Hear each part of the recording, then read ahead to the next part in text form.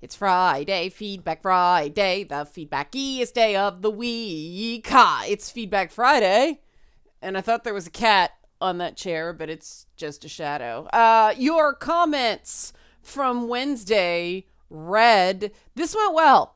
I'm excited about this. So if you like this sort of feedback, the traffic on the Wednesday video was not huge, but I think this is an important exercise. So if you want to support this kind of dialogue, help support this channel, become a monthly patron, patreon.com/Leanna K. I feel very, very strongly about this sort of feedback because, okay, it might not be the highest rated things, the highest viewed things that I do, but if even a few people read these things and read a comment that might make them think or reconsider, just the ability to speak and be heard in a non-confrontational manner, I think that's really important. And I think not only does it take down the temperature of things, I think it lets people legitimately make progress on understanding and perhaps common understanding. So I have 7 pages of comments that I took from your comments. Now, some of them are shortened for time, but also just, for brevity, for cohesion. I am going to read the names, but some of these comments spoke for multiple others. Comments I did not select are comments I thought were too soapboxy. When it was about, these are the facts of this issue, not so much. I wanted this to be a human, emotional, I want to be understood as an individual as opposed to this is a cause kind of thing. So, if you left a comment like that and I didn't read it, it's not because I'm deliberately ignoring things I don't agree with. No, that wasn't the purpose of the exercise. This isn't the time to lecture people. This is the time to just speak as a human being, not an authority.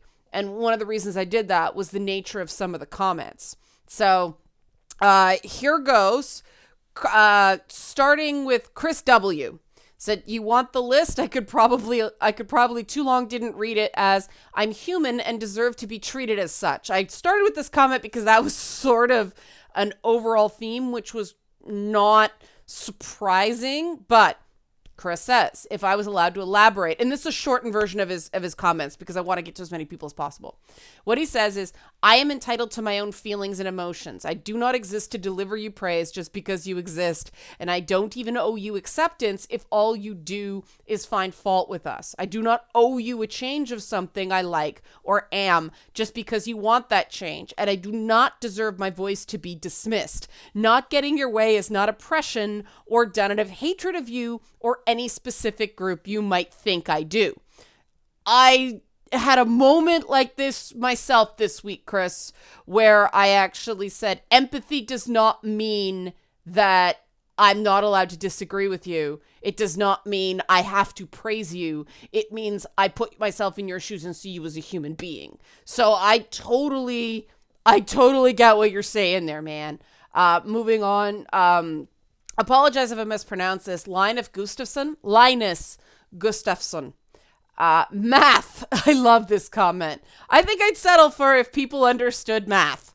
Hear them out. Now, some of these, for the record, my stepfather would say, that's not math, that's bloody arithmetic. But we'll stick with math. Example 1. If comics pros understood math, they could easily tell that keeping the old customers and adding new ones would be the largest total. But for some reason, they didn't bother using math and instead used feelings to claim that the solution is to get rid of the problematic old customers and replace it with fresh and nice 7-year-old kids who won't complain. Example 2. If video game companies understood math, they could easily add a configuration option that disables features that some players want to avoid and others want to see. Instead, they somehow waste money on appealing to a subgroup of customers while scaring away another subgroup with the changes. You could have changed nothing and the math would give you the same total anyway. So it is always a waste to change things. Example 3. If PR people understood math, they would never put much weight into Twitter, in that it is less than 1% of the customers and you'll get 99% of the non-customers butting in. It's actually more like, 18% of people are on Twitter? It's the minority of the people. Linus is right about that. Example 4, as a subsection of math, you have statistics probability, which would also be very helpful with things like racism. Because what are really the odds that every single person would be identical just based on skin color when you have met so many people of your own skin color that were different from you? Bless Linus, thank you. Math can't solve everything, but it does give you a good perspective. Just keep in mind to not fall for the SJW logic of, if we make it blander, it will upset fewer. Because being bland is not a positive for attracting more people. If you must, make one bland version and another regular one, and you can cash in on both groups. The only thing that can be hurt by this is pride if you realize the bland version is unpopular. Pride is not needed to do math. There we go, Linus. I enjoyed the way you put that. There's a lot of truth in what you said. This was an interesting one, and I selected this one even though it might rustle some jimmies because of what's going on with a high-profile trial in Toronto right now. I said it the American version. We say Toronto, but Toronto. The next 3 comments are based on a trial that's attempting a not criminally responsible defense based on autism, and the guy may or may not have been an incel. There's a possibility that he lied to the police initially about his motivation for the attacks. But I am including these because it's relevant, but also especially now because this stuff is in the news. So I'm going to leave the name off this comment just because of the sensitivity, but you know who you are, man. The one thing I would like people to know is that the online view of incels is wrong, that we are not all misogynistic psychopaths who hate women. However, the extreme loneliness can cause us to be quite envious of even the most downtrodden minorities. And I think the emphasis on extreme loneliness makes you say things you don't literally mean, I think is an important thing in understanding that subculture. I admit that the whole incel thing is very difficult for me to empathize with, mainly because, allegedly people like me are the targets of a lot of the vitriol there. But the fact that I do understand that it does come from a place of extreme rejection and loneliness, and they aren't alone in that. I would say, because I do care, keep in mind that there are cycles when you're lonely, so you lash out, so people don't want to be around you, so you're lonelier again. It is really tough to break that cycle. Just keep in mind that people don't want to be around negative people. So we got to figure out how to help people who are very lonely reintegrate in positive ways instead of the only places they can get any sort of solace are online communities driven by performative anger. And I performative doesn't mean it's not legitimate. Okay, performative bitterness, performative anger doesn't mean it's not real. It just means it's very public and perhaps is amplified because of that. So I know that identifying with certain groups sets people up for rejection. So I wanted to make sure there was a comment from at least a couple people who are part of the groups that make me personally uncomfortable, because that's the whole purpose of the exercise, right? Right. Now we move on to comments from people with autism. Jake Ice says, I would like people to know that, only speaking for myself, of course, but as an autistic person, I need time to decompress from daily life, and playing video games is not only is a great outlet in moderation, but also helps me recognize possible failings in social norms without facing people's hurt and possible backlash, especially in RPGs and story-driven games, where I can see different outcomes for my actions and recognize why people may act in a negative manner, even when I think they should respond positively. P.S. I love your content, Leanna. although I can't watch your Bug Snacks content as it gives me all of the heebies of jeebies. Jake, it gives me all the heebies of jeebies, except for the bungers. I love the bungers. Bunger. But yeah, I don't, this whole thing that you have to be productive all the time is one of the most toxic elements of our culture, right? Like, people need decompressed time. People need, one of the projects I work on, we call it slow brain time. You need something to do to relax the brain, to let the ideas form. To, you're not thinking about it so hard that you choke it off. And so in many professions, that downtime is essential for people who do get overwhelmed or do struggle with socialization. Yes, that time is very important. So thank you for your comment, Jake. Jessica Wilson says, I'm autistic, and when professionals ask me what I like to do, I say, play video games. And what's usually the reply after that is, anything else? Like it's a harmful addiction and potentially worsening my disability. They think I'm wasting my time by not socializing face to face without realizing that I relieve my social need in a way that's more comfortable for me with the gaming community, like on Twitch. I wish that more medical psychology professionals knew more about the industry before judging it, and the people who play them, especially those with mental illness disabilities. And this actually started a bit of dialogue. Effexon said, I've noticed the same. Maybe the simple reason is just that they have a job, were chosen for that job because they represent the mainstream person that is most close to the norm.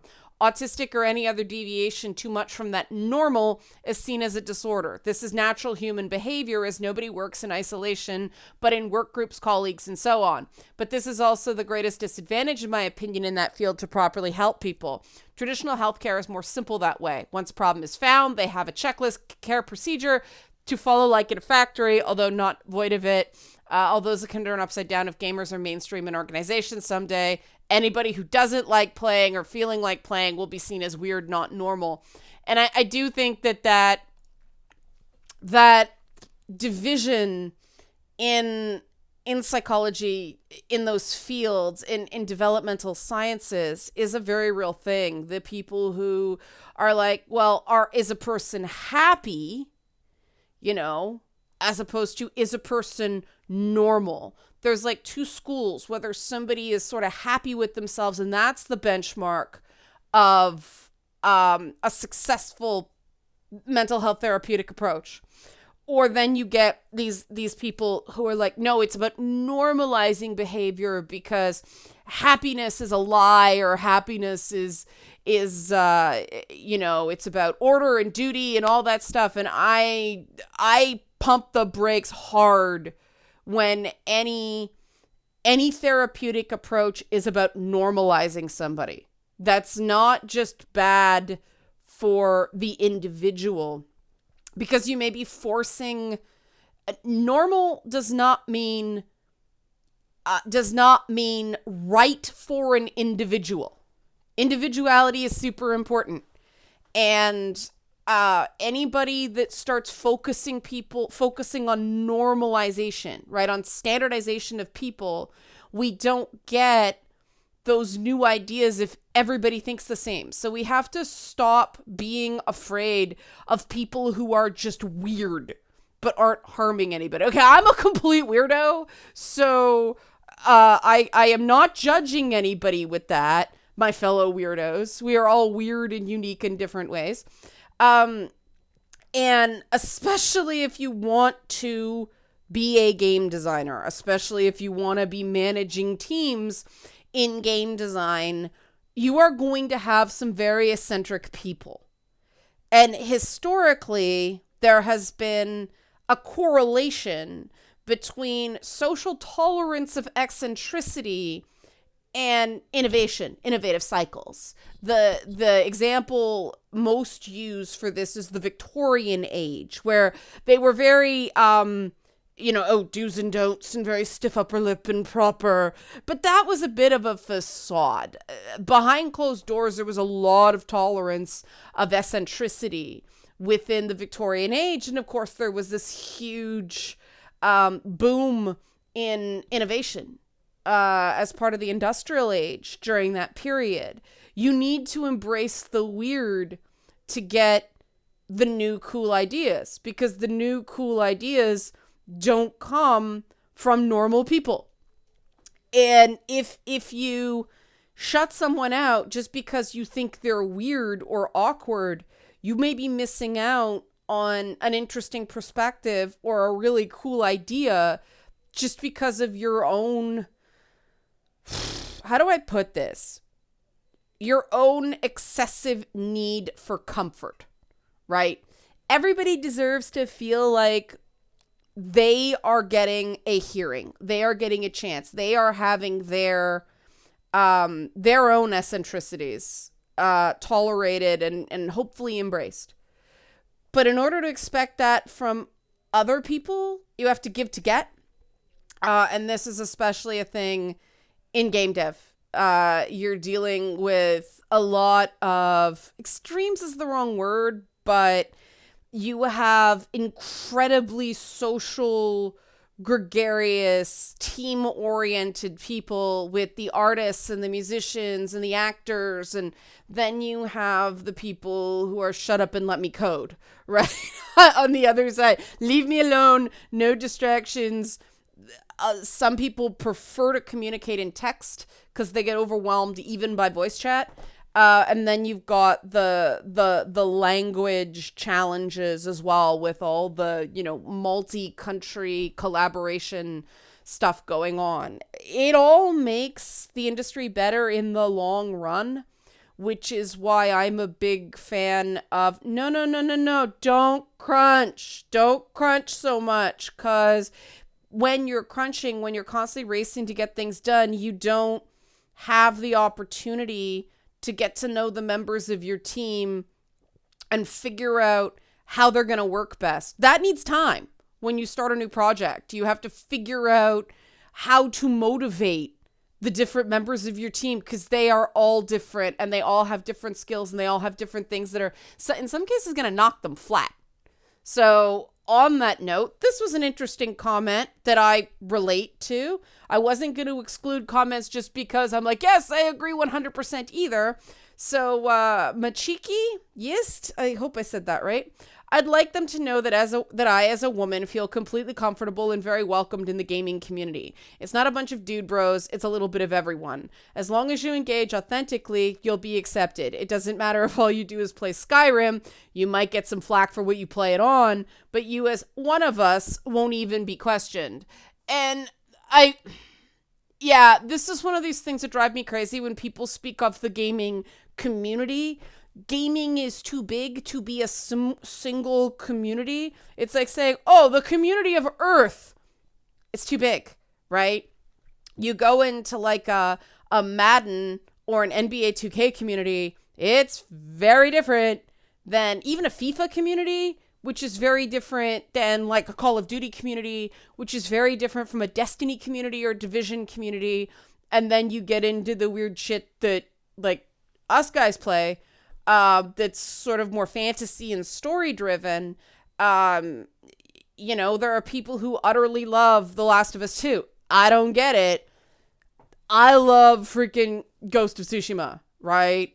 And if you don't play Ghost of Tsushima, you don't understand why everybody's freaking out over petting the fox, right? It's a collection of communities. If you have a bad experience with one, there are others. Don't judge the entirety of gaming with its millions and millions and millions of people based on one experience with one community. You wouldn't do that with anything else.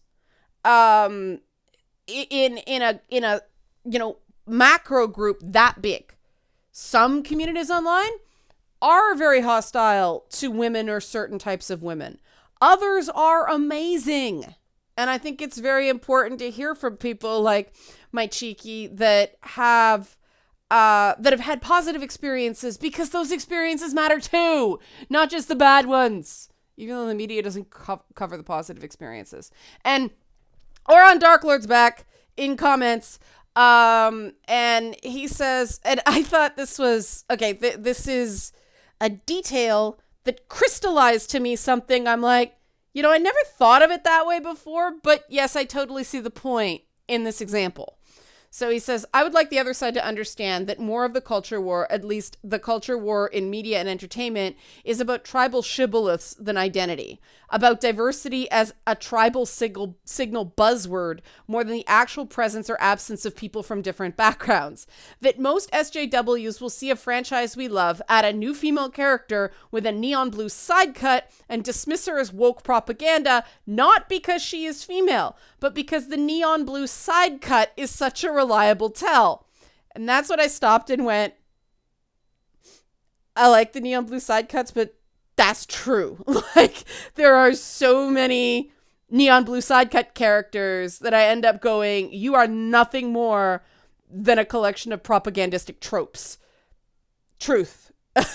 And so he continues, I would like them to know that if they were willing to include us in these decision-making processes and listen to our feedback, we would happily teach them how to have the diversity they claim to want without a negative reaction from us. And DX1403 responded, also don't be afraid to have actual diversity in body types. And don't be afraid to make your characters, especially female characters, look pretty. It's okay for women to have breasts. And I hope the ridiculous outrage at The Mandalorian demonstrated that. And remember, if you want to have a realistic design, apply it to every aspect of your work. And Oron responded, that's a good one, though I would specify diversity of healthy body types. We don't need to go back to heroin chic or start glorifying obesity. Now, I will say that if you want to create a character that looks deliberately unhealthy or inhuman, if you're going to make sort of an uncanny valley android character that the inhumanity is part of the design, that's fair game because you're trying to show she's not quite human. I mean, the example I would give in that is the Nier Automata designs where they're deliberately absurd that these like warrior attack robots would be walking around in lolly dresses and high-heeled shoes, right?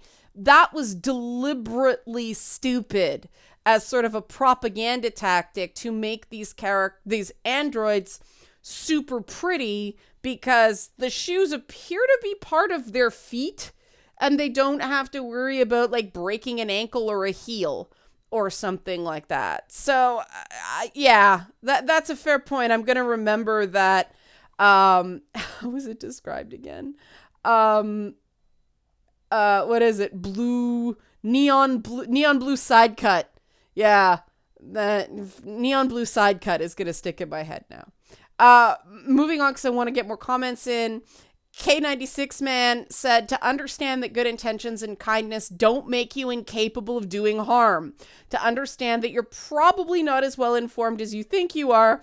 We should all be more aware of what we don't know. To understand that you're not entitled to someone's trust. It is something to be earned, and it is not absolute nor incapable of being lost. To understand that making the world speak in a more kind manner does not make the world a nicer place. It simply sweeps malice under the rug. And I agree, K96 Man, I found it weird, this whole, civility angle that people apply selectively. People who are upset, people who are hurt, do not behave in a civil manner, and you cannot expect them to. Keep telling them, like, it's that one of those things that the least effective thing you can do with most people, not all, but when someone is upset, the least productive thing you can do is tell them to calm down. I know a minority of people that actually works. But like I said, I think they're a minority. If someone is upset and you just go, calm down or stop yelling, instead of going, why are you so upset? You're not going to get a good reaction. Chastising someone for having legitimate, strong emotions is not tolerance. It's not compassion. It's trying to shut people up with nice. So, well done, K96 Man. This is kind of a similar twist in a slightly different way. Nathan Allingham says, I would like to know how replying to criticism of certain IPs makes me the Nazi, sexist, racist, xenophobe, when all I ask for is good stories and characters, without tokenizing characters, somewhat competent writing, or how gaming is supposed to increase violent tendencies when violence has been a thing for billions of years before humans. As a kid, I watched Terminator 2, Alien and Aliens, Predator. I played games that involved killing as a soldier, played Resident Evil games, Dino Crisis, etc. I grew up more a pacifist. I can relate to that, Nathan. I played every bloody violent video game that was supposed to turn you into some kind of killer growing up, and I talk to cats in public. Like, like, I am not a violent person. So I agree with you.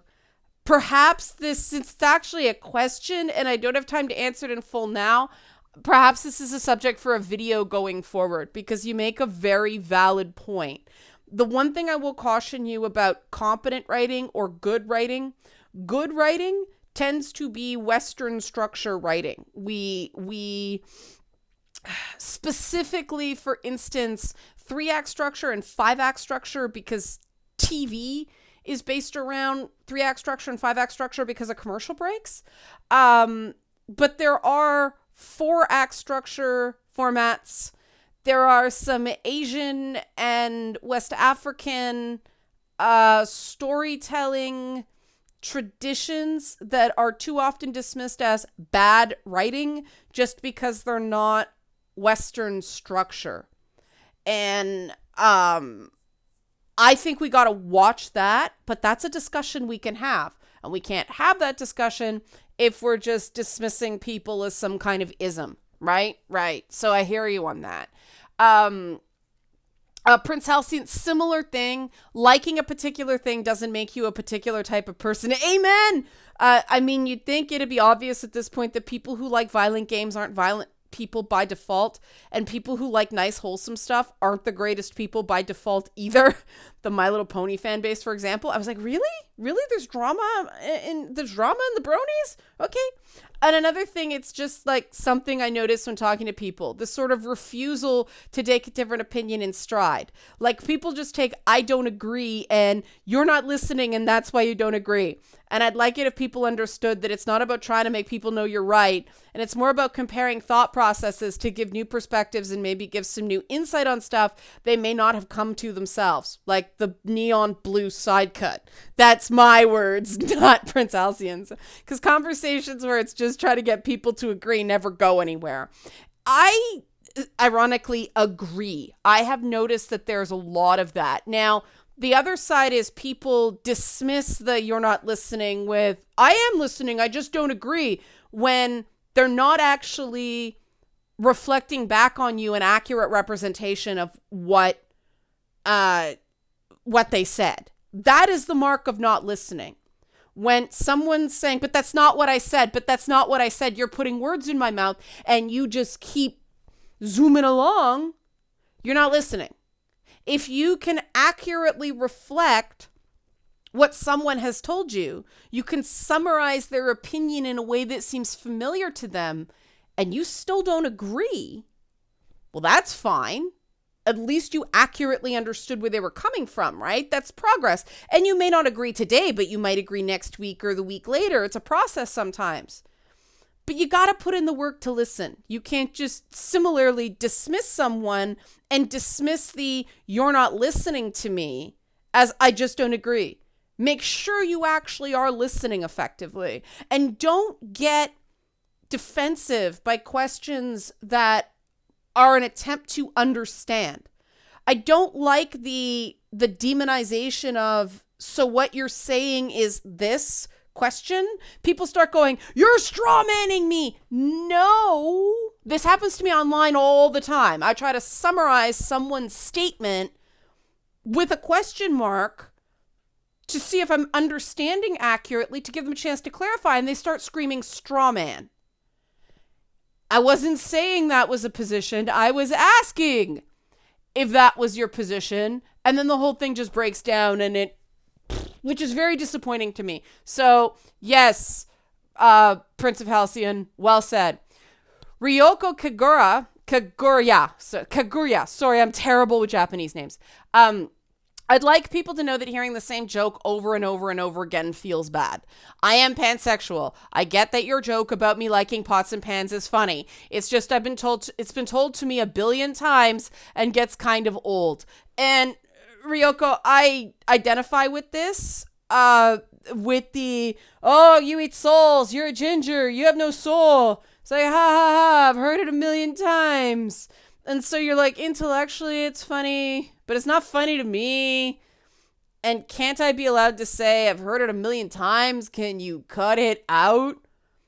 Something to consider for everybody when people decide to be cute about that stuff.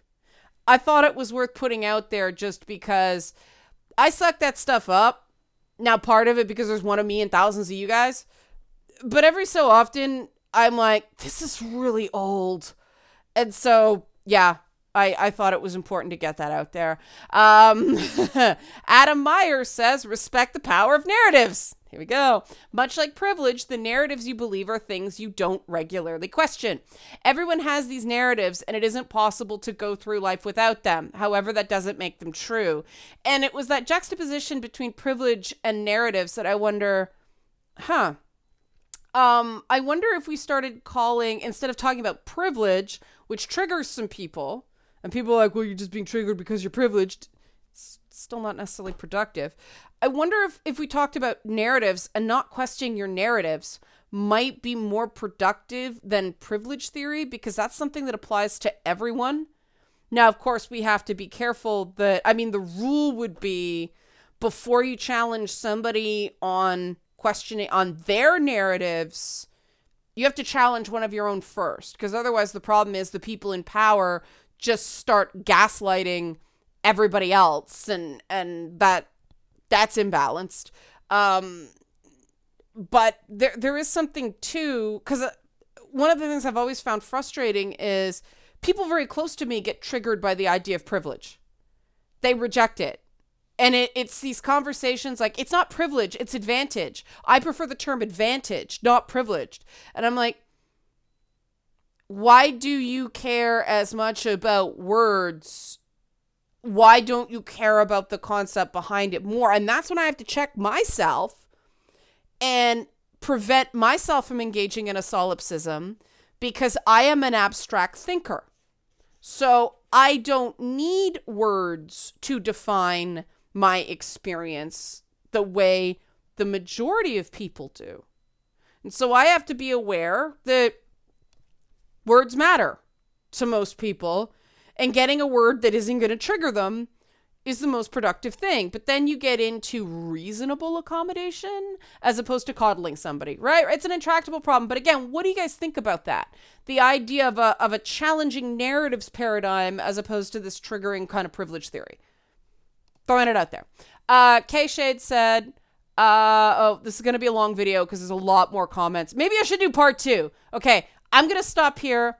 I'm going to do part 2 of this video later in the day. I'll put it up at an hour later because there's a lot of this stuff, but we're at a half hour already. So part 2 coming up. If you like this sort of content, help support this channel. Become a monthly patron, patreon.com/LeannaK. Thanks for watching.